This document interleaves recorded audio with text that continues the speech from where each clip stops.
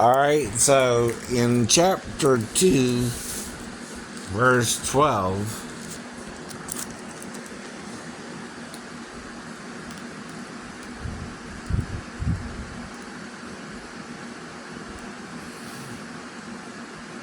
or verse 11, I'm sorry, right.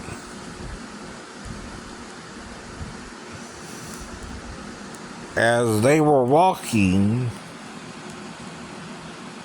along and talking together, suddenly a chariot of fire and horses of fire appeared and separated the two of them. Again, one shall be taken, the other left.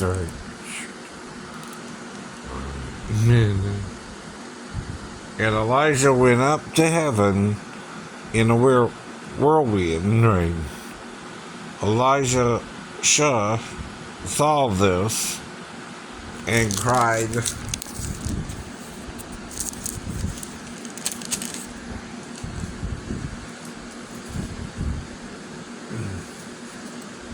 my father,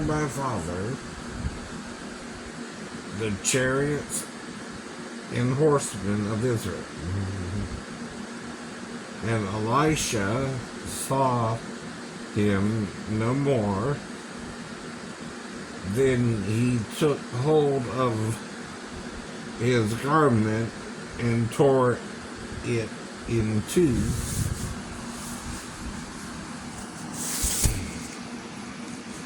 Now, in chapter 6, verse 17,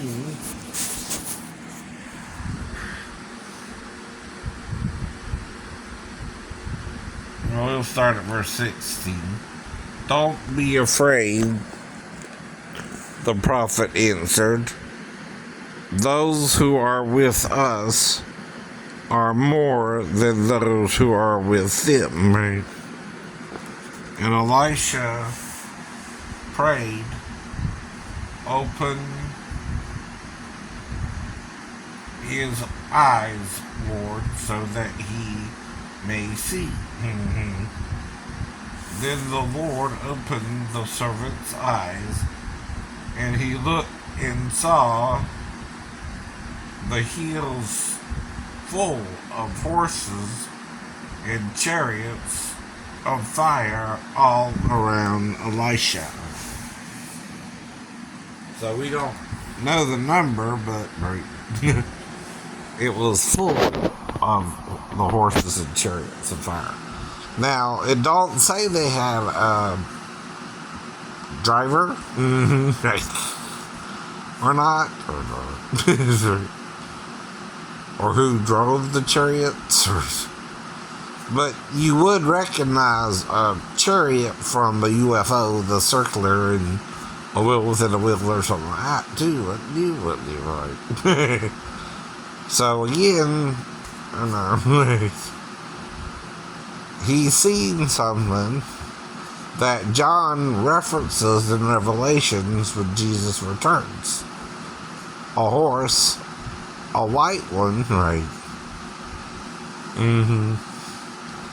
Now, they think the first white horse, though, is the Antichrist, but I don't know. That's the problem, too, right? Then, in chapter 19, Jesus is on the white horse returning, right?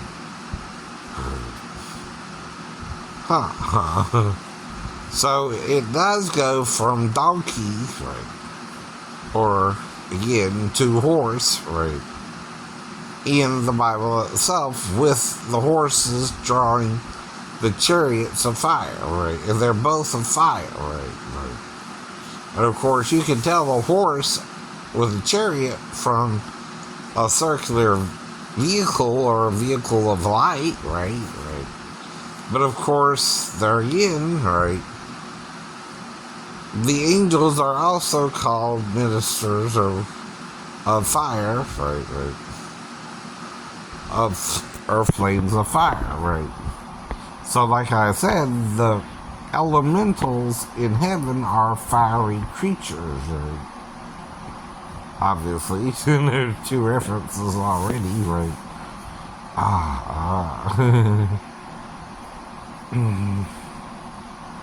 So they're not made of earthly matter, but celestial matter, right? And the throne in heaven is made up of that matter, right? And the earth is the footstool of the Lord, right? And we're made of that matter, right? Okay? See where I'm going with this? Right. Paul said this in 1 Corinthians chapter 15, right? Talking about celestial bodies and terrestrial bodies, and they're not the same body, but nor are all the celestial bodies the same body, right? Already we have in Isaiah 6 winged angels. The ark has a 2 winged angels at each end, right? And in Ezekiel there's a 4 winged cherub, right? So you got a seraphim, which is 6 wings, right? 2 types of cherubs, right? One with 2 wings and one with 4, right? And then thrones are considered without wings, right? So you got 2 types of cherubs, then 1 type of seraphim, and then the thrones are angels without wings, right? I guess, right? And they're called Beni Elohim, right? The sons of God, right? In heaven, right? And they gather together before the throne, right? You get that joke, right? So again, right? Satan is called the anointed cherub that covers, right? He used to cover us and to help us not to sin, right? But then he started dipping his wick, or his D, or P, into the pool, right? The pool is the what? Woman. The woman. He seduced Eve first. Why? Because Adam lied. He misdirected her which tree she couldn't eat of. He told her the tree in the middle of the garden. Well, the tree in the middle of the garden is the tree of life. No one said you couldn't eat the tree of life, right? At all. So you're missing that little part of the story. Adam told her not to eat the tree of life. Damn. The tree in the middle of the garden is the tree of life, right? God didn't say nothing about eating the tree of life, right? Just tree of life's a good deal. You could eat those. Right. Did you get that, right?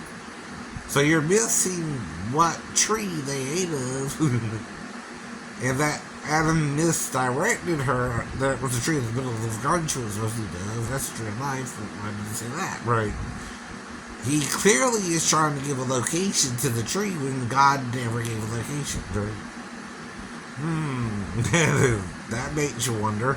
Most trees don't move around unless it's a metaphor for another angel. And there are 2 angels. One's called the Tree of Life, which is Jesus. The other is called Satan, or the Tree of the Knowledge of Good and Evil, or the adversary, right? The enemy, right? He's called Satan, or Satan, right? And it can also mean any adversary you have, right? These people coming here on YouTube are adversaries, right? They don't want to understand it. Well, all I can do is tell you what the Bible says, and either you believe me or you don't, right? My job ain't to convince you, but tell you, or warn you, right? And when it happens, it'll happen, right? But like I said, if I went into the store, you act like you know she was 15. I didn't know she was 15 at all, right?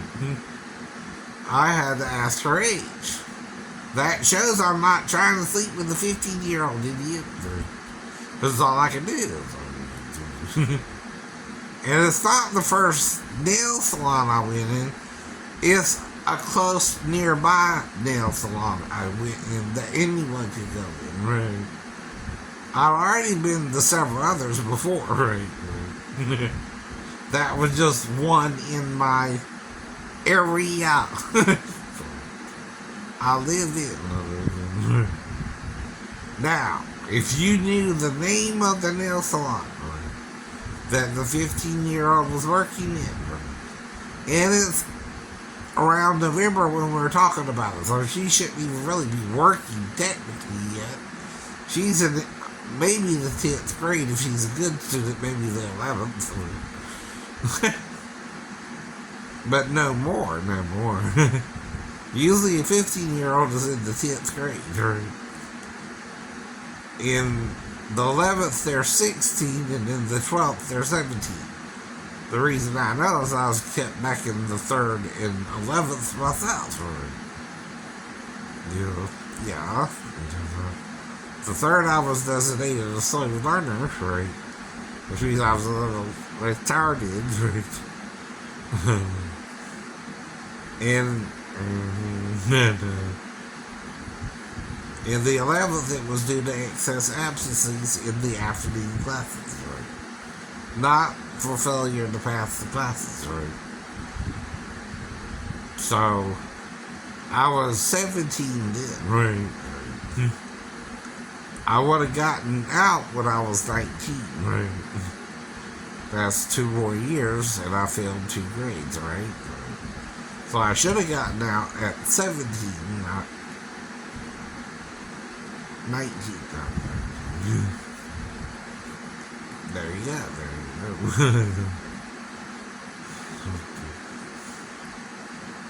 And see, the whole point is, though, you're not telling me details to stop her from seducing me either. I don't know if she did now. I just know I lost the time, right? You keep acting like I can't talk about sex. Well, you need to read your Bible more because it only talks about sex. Right? It tells you who you can do it with too and who you can't. And don't say nothing verbatim about the age of the person you can be with, right? And don't give a specific age, right? Now, if your state does, that's the age, right? You can't change that either. If it says 16, guess what the age is? 16. The age of consent is about the child being old enough to determine if she can have sex with someone or not, right? In Georgia, it's 16. You keep trying to change it to 18 when it's not 18 in Georgia. Might be in your state, California or New York or Virginia. But not Georgia. I can tell you that too. Not that I go after 16-year-old girls. The only place I might meet them is in the damn theater to begin. Right. What's going to happen there? They're going to come to my home? Right. They're going to seduce me and take me into the bathroom or something? Right. That's sarcasm, idiot. Right. If you don't know.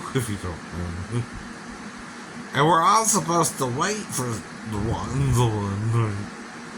We don't know who the one is, but we're all supposed to be with someone. And you're not supposed to judge anymore. You're judging too much. You're judging under condemnation like you're playing God, and God don't want you playing God anymore, right?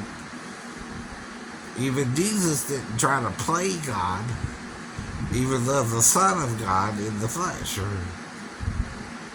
Exactly. That's what you gotta understand. Now, for some reason, 700 years after, without what the Gnostics were saying. Some angel, I guess, though it could be Ibris. You know who Ibris is, right? I don't mean the actor. Either. Ibris.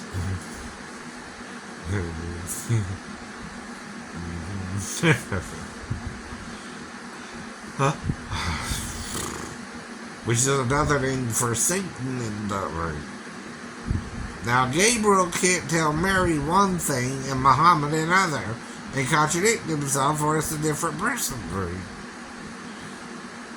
Don't you know that, Muslims? Right? I know. You can't use Gabriel 700 years later to tell you he made a mistake, right? With Jesus, and calling him the Son of God, right? To Mary, right? He also told Joseph the same thing, didn't he? I think, right? He told him to call his name Emmanuel, which means God with us, right? Or God in the flesh, right? Sure. You get that from 1 Timothy, right? 3:16. Now, it does say who was manifested in the flesh, right? But it's a rhetorical question, right? Read the previous statement and who is talking about. God was manifested in the flesh, right? I know.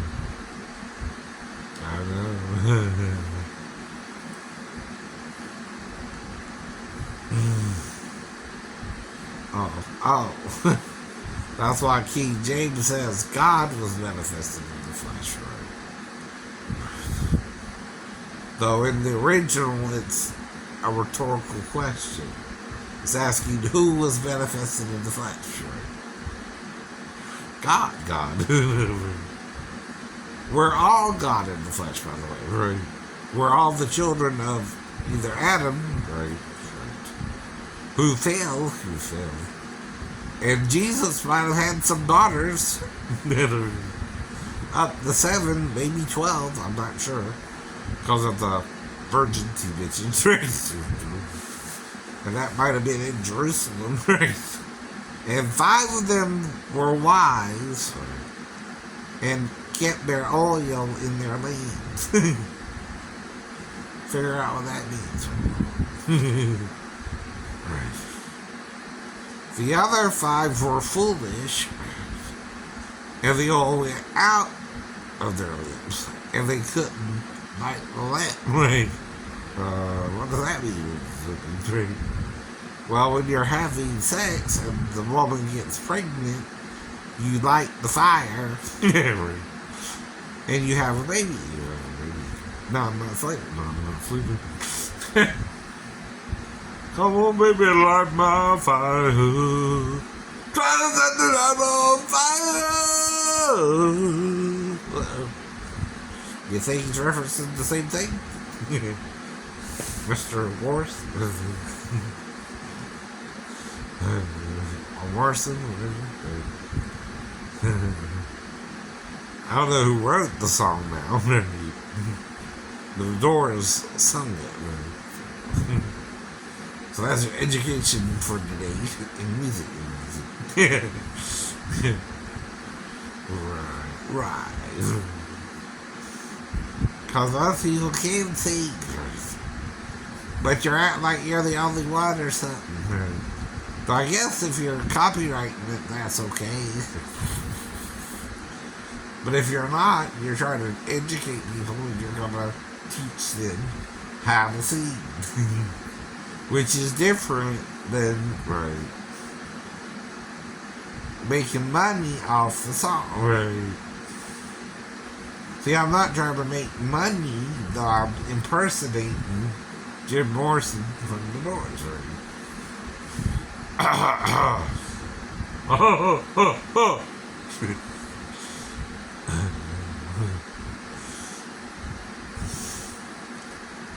Who was that? One of the rappers? Yeah. Don't push me, cause I'm close to the edge. I'm trying not to lose my head. Something like that. Right. And I'm saying it because I'm using the lyrics. Intentionally. You want to push people close to the edge. They're trying not to lose their head. But you want them to, don't you? That's Satan. Right. The devil wants you to lose your head, not God. Idiot.